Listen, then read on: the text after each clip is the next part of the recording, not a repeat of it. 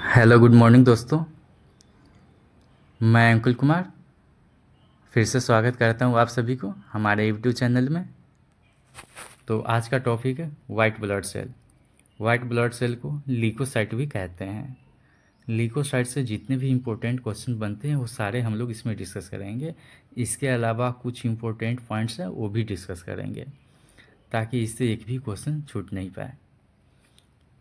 चलिए स्टार्ट करते हैं क्वेश्चन नंबर 1 से। The normal value of total white blood cell count is option A 3000 से 4000 पर क्यूबिक mm, ऑप्शन बी 5000 से 10000 पर क्यूबिक mm, ऑप्शन सी 6000 से 11000 पर क्यूबिक mm, ऑप्शन डी 4000 से 11000 पर क्यूबिक mm। ये काफ़ी इजी क्वेश्चन है, इसका आंसर सबको पता ही होगा। इसका राइट आंसर ऑप्शन डी हो जाएगा 4000 से 11000 पर cubic mm।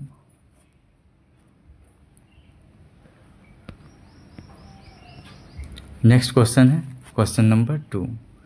Decrease in total white blood cell count is called option A leukopenia, option B leucocytosis, option C thrombocytosis, option D थ्रोम्बोपिनिया।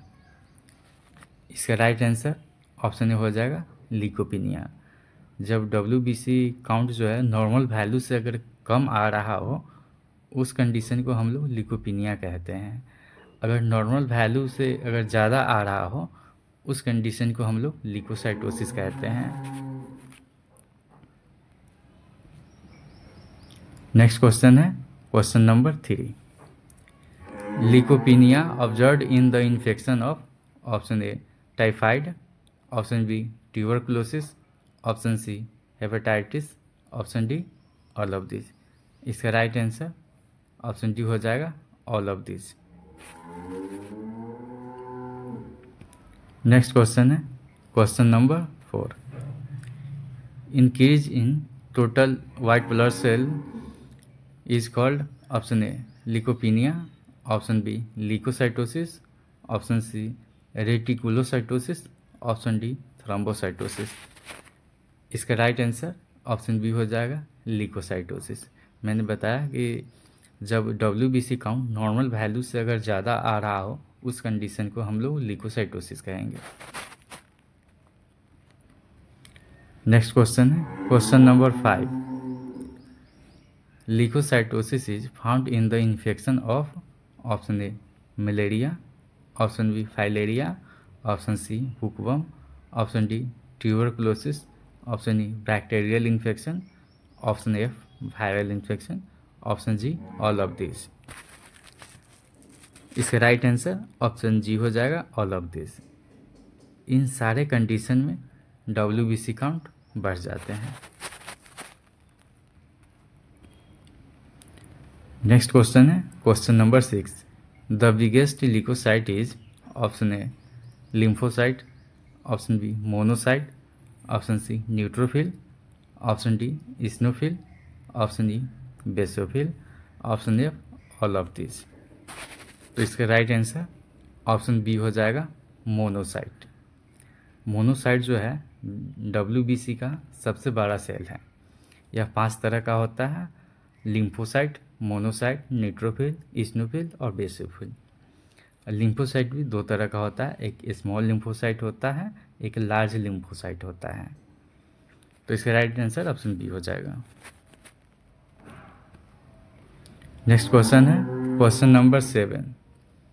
The blood specimen is diluted in a WBC pipette with diluting fluid. The dilution is option A 1:10, option B 1:20, option C 1:40, option D 1:50। इसका right answer option B हो जाएगा 1:20। Blood का और WBC diluting fluid का जो ratio WBC pipette में 1:20 ही होता है। नेक्स्ट क्वेश्चन है question number 8। Leucocyte are option A nucleated, option B non nucleated, option C nucleated with Y concave, option D non nucleated with Y concave. इसका right answer option A हो जाएगा nucleated. WBC nucleated होता है और RBC non nucleated होता है, इसीलिए दोनों का डिफरेंस याद रखिएगा। नेक्स्ट क्वेश्चन है question number 9। The bulb of WBC pipette contain a, option A white glass bead, option B red glass bead, option C blue glass bead, option D yellow glass bead. इसका right answer option A हो जाएगा white glass Beed, यानी कि WBC pipette के नाम से ही मतलब कि पता चलता है इसका जो ग्लास बीड है वाइट होगा। नेक्स्ट क्वेश्चन है question number 10। The WBC pipette has 3 marks, option A 0.5, 1.0 and 101, option B 0.5, 11 and 101, option C 0.5, 10 and 101, option D 0.5, 10 and 11। तो इसका राइट आंसर ऑप्शन डी हो जाएगा 0.5 मार्क्स, जहाँ तक हम लोग ब्लड लेते हैं, और इसके बाद 11 मार्क तक हम लोग WBC डाइल्यूटिंग फ्लूइड लेते हैं। इसका राइट आंसर ऑप्शन डी हो जाएगा। नेक्स्ट क्वेश्चन है question number 11। Leucocyte are counted under, option A 10 objective, option B 20 objective, option C 40 objective, option D 100 objective. इसका राइट आंसर ऑप्शन ए हो जाएगा 10 object. WBC count जो होता है macular chamber में हम लोग 10 ऑब्जेक्ट पे करते हैं। कुछ इम्पोर्टेंट पॉइंट है, चलिए तो इसको डिस्कस कर लेते हैं। जैसे मैंने आपको बताया इससे ब्लड सैंपल जो है हम लोग 0.5 मार्क्स तक लेते हैं और WBC डाइल्यूटिंग फ्लूइड 11 मार्क तक लेते हैं। WBC डाइल्यूटिंग फ्लूइड का नाम है टर्क फ्लूइड, ये याद रखिएगा, ये काफ़ी इम्पोर्टेंट है। इसके कंपोजिशन की बात करते हैं तो यहाँ देखेंगे glacial acetic acid 1.5 ml, sodium citrate sodium chloride 0.9 gram, 1% aqueous solution यानी कि 0.5 ml, डिस्टिल वाटर 100 ml। जब 100 ml डाइल्यूटिंग फ्लूइड बनाना है तब इतना क्वांटिटी आपको लेना है। अगर इससे ज़्यादा बनाना है मतलब 200 ml बनाना है तो इसको डबल अप करके बना सकते हैं। ग्लेशियल एसिटिक एसिड का जो काम है ये रेड सेल को डिस्ट्रॉय करता है ताकि आपको WBC आसानी से उसमें दिख सके। ये जो है 1% एक्वस सोल्यूशन जो है ये आपको थोड़ा सा यानी कि वाइट सेल को स्टेन करता है, लाइट स्टेन करता है, मतलब हल्का सा। इस बात को आप ध्यान में रखना है। बर्थ के समय WBC काउंट जो होता है 18,000 पर क्यूबिक होता है। प्रेगनेंसी के टाइम में 12,000 से 15,000 पर क्यूबिक होता है। ये हो गया फिजियोलॉजिकल कंडीशन। हम लोग ऊपर जो डिस्कस किए हैं वो पैथोलॉजिकल कंडीशन में आ गया।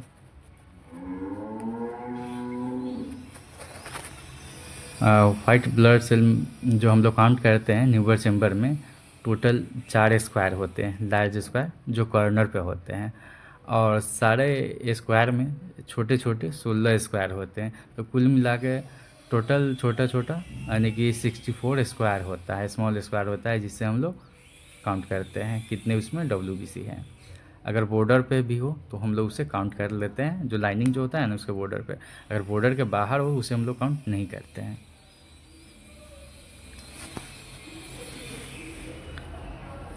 अब आते हैं एब्सोल्यूट इस्नोफिल। तो एब्सोल्यूट इस्नोफिल का नॉर्मल काउंट होता है 50 से 450 पर क्यूबिक होता है।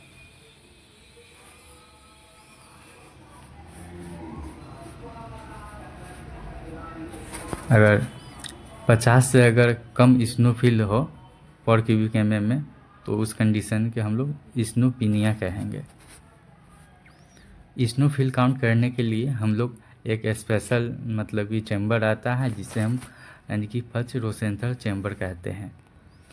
इसमें सिर्फ एक ही स्क्वायर लार्ज स्क्वायर होता है, उसमें भी छोटे छोटे यानी कि 16 स्क्वायर होते हैं। न्यूबर चैम्बर और मतलब कि रोसेंथल चैम्बर में डिफरेंस है। उसका डेप्थ जो होता है 0.2 होता है, यानी कि फर्स्ट और सेंटर चैम्बर का, और न्यूअर चैम्बर का 0.1 डेप्थ होता है। इस बात को आप ध्यान में रखेंगे। इसका कैलकुलेशन चेंज हो जाता है, इसका भी चेंज हो जाता है। तो ये सब काफ़ी इम्पोर्टेंट क्वेश्चन है, इसे याद रखिएगा। तो चलिए आज के लिए इतना ही। Thank you.